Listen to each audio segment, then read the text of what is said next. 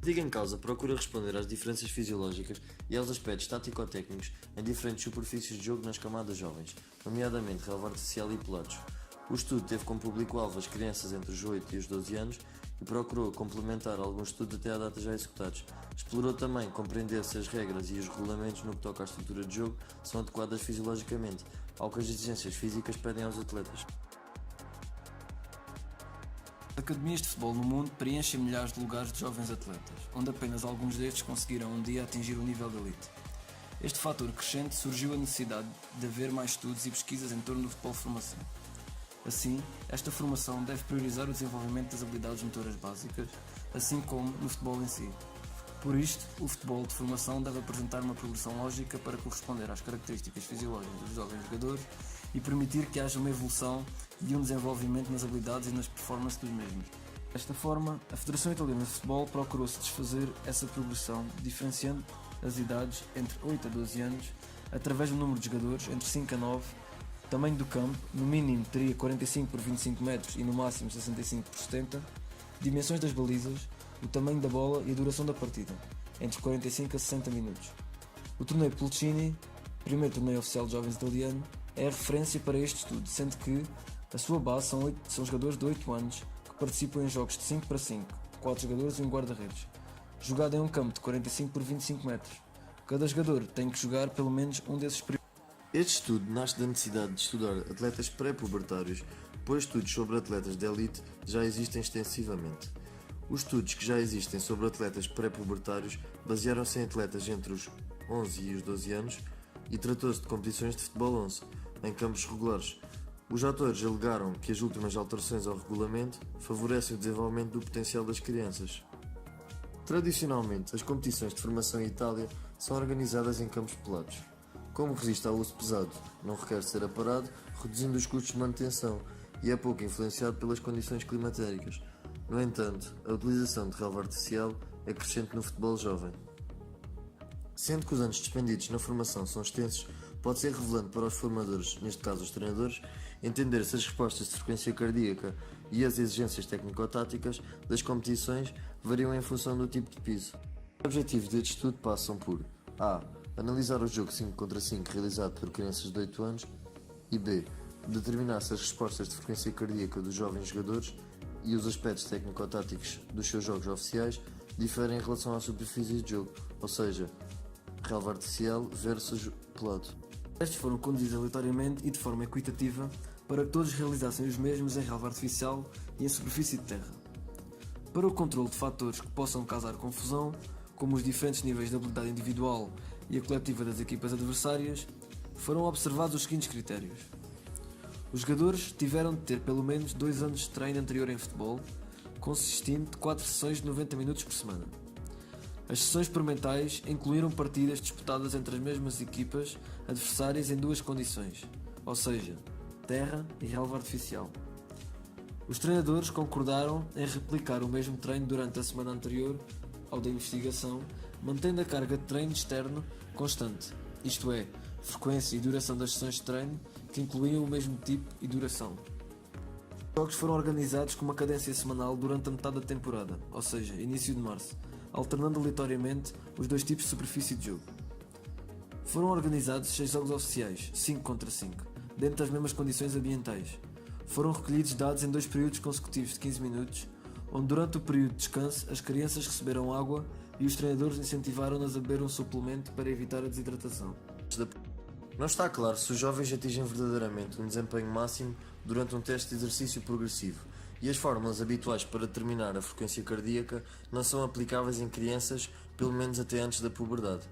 Por esta razão, determinou-se um valor de pico alcançado em qualquer um dos períodos de 5 segundos observados durante os jogos e considerou-se quando eram semelhantes aos da literatura. 5 categorias foram utilizadas para indicar a carga física imposta pelo jogo. Mais que 95% da frequência cardíaca máxima, entre 86% e 95%, entre 76% e 85%, entre 66% e 75% e menor ou igual a 65% da frequência cardíaca. Devido a alguns obstáculos como o custo de equipamentos sofisticados, neste estudo apenas uma análise notacional foi utilizada para a avaliação.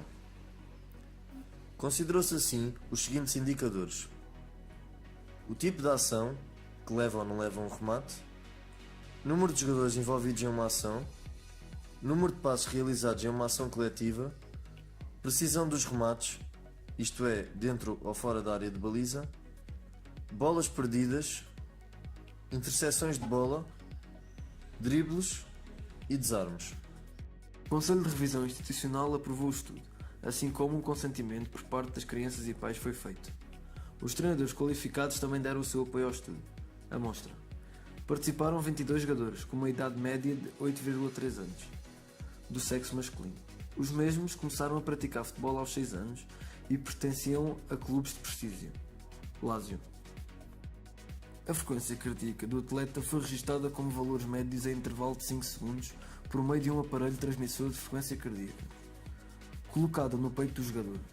De seguida, os dados foram armazenados e transferidos para um software específico onde o tempo gasto em cada categoria de frequência cardíaca foi calculado.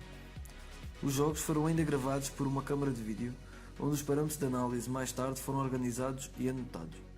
Os dados foram apresentados como médias e desvios padrão. O nível de confiança estabelecido foi de 0,05 e, como isto não se traduziu em uma distribuição normal, os dados foram verificados através do teste de Mann-Whitney-U. Foram também calculados os tamanhos de efeito de Cohen.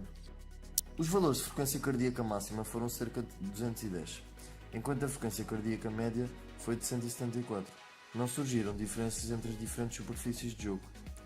Dentro das categorias, a frequência de algumas respostas de frequência cardíaca, como menos de 65% da frequência cardíaca máxima e entre 66% e 75%, foi baixa, enquanto existiu uma maior ocorrência para as categorias de intensidade de esforço, entre 76% e 85%, entre 86% e 95% e mais de 95% da frequência cardíaca.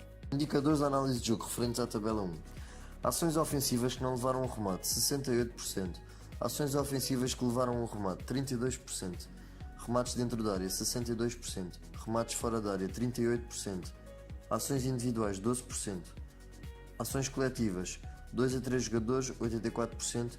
E maior ou igual a 4 jogadores, 4%. Jogadores realizando um número limitado de passes. Um passe, 60%. 2 passes, 37%.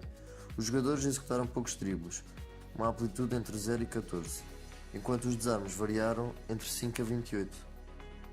É importante aumentar ou diminuir os diferentes parâmetros influentes no jogo, para o desenvolvimento das habilidades e preservar os jogadores de tensões fisiológicas excessivas. As principais conclusões retiradas foram as seguintes: partidas de 5 contra 5 impõem uma alta carga cardiovascular em jogadores de 8 anos de idade. A superfície do campo não induz diferenças significativas nas respostas de frequência cardíaca estudadas e também nos parâmetros técnico-táticos. Os picos individuais de frequência cardíaca registados durante o estudo foram semelhantes aos da literatura. Os valores da frequência cardíaca máxima dos jovens representam uma menor variabilidade em relação à população adulta, o que demonstra que a condição física dos mesmos é semelhante, assim como a sua motivação, o que certifica a validade da pesquisa. A frequência cardíaca não apresenta diferença entre os dois períodos, indicando que uma partida de 15 minutos tem uma duração que não induz uma variação das respostas da frequência cardíaca durante o período subsequente de 15 minutos, apesar das exigências de alta intensidade da competição de 5 contra 5. Algumas sugestões deixadas pelos autores para estudos futuros foram a necessidade de mais dados de análise do tempo-movimento para sustentar a possibilidade da frequência cardíaca ser semelhante durante toda a partida, assim como a utilização de GPS para uma alternativa mais viável na recolha de dados. O estudo apoia a necessidade das competições serem mais reduzidas, não concordando com o futebol 11 nestas idades, pois, se os treinadores necessitam o desenvolvimento de cooperação entre os jovens jogadores, as competições de 5 contra 5 são mais adequadas a crianças de 8 anos, pois tendem a jogar com colegas de equipa em vez de individualmente. Os presentes resultados mostram que 2 períodos de 15 minutos são adequados à intensidade do jogo e à natureza intermitente do futebol. Os autores concluem também que a amostra reduzida não é positiva e que estudos posteriores devem ter atenção ao tamanho da amostra, embora seja difícil replicar certas condições experimentais com amostras grandes. Para um melhor ambiente competitivo e preservar os jovens de tensões fisiológicas excessivas, os autores recomendam às federações de futebol a considerar os regulamentos e distinguir o futebol de formação do futebol profissional sénior. Para um desenvolvimento dos jovens jogadores no pensar o jogo em si, Os autores defendem que os treinadores devem priorizar o conhecimento de jogo com base em experiências divergentes, em vez do ensino tradicional baseado em instruções. Para fins técnico-táticos, deve existir uma progressão na aprendizagem, como por exemplo, começando por exercícios de passe sem oposição, para uma oposição passiva e por fim ativa. Outro exemplo recomendado é a progressão de situações 3 contra 1, 2 contra 1, 3 contra 2, 4 contra 3. Estas são as últimas sugestões dos autores.